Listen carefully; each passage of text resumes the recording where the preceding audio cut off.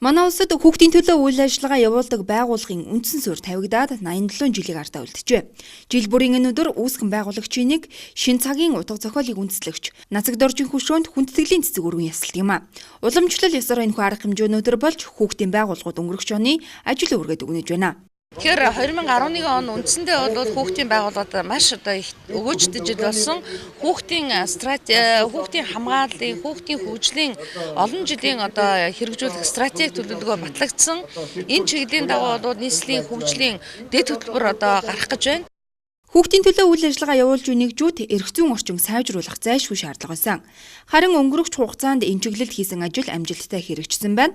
За баярын энэ өдөр үеийн Ахмад багш нар ирж хүүхэд багчуудад түүхэн замналыг иргэнэг сануулсан юм а.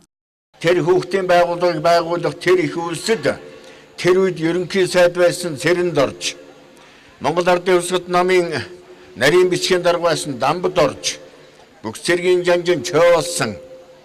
За Эвлийн Төвөрөний нарийн бичгийн дарга байсан их зохиолч Нацагд орж, химийн төлөөлөгч Наацав гэсэн хүмүүс оролцож, эндэрт гарч үг хэлж, баяр талархал дэвшүүлж байсан ийм сайхан түүхтэй байдаг юм а.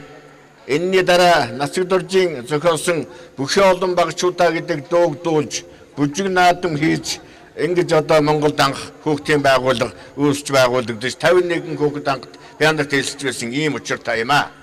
Манай улсын хэмжээнд хүүхдийн төлөө үйл ажиллагаа явуулж байгаа 40 гаруй нэгж байна. Үйл ажиллагааны зохион байгуулалтыг нэгтгэж, дээрх байгууллагууд 4 үндсэн сүлжээнд нэгдэн, хүүхдийн хамгааллын сүлжээ, хүүхдийн оролцооны сүлжээ, хүнд хөдөлмөр эрхлэгч хүүхдүүдтэй ажиллах сүлжээ, ЭКПАД буюу бэлгийн мүлчлэгт өртсөн хүүхдүүдтэй ажиллах сүлжээ гэсэн чиглэлээр наривчилсан үйл ажиллагааг явуулдаг болсон байна.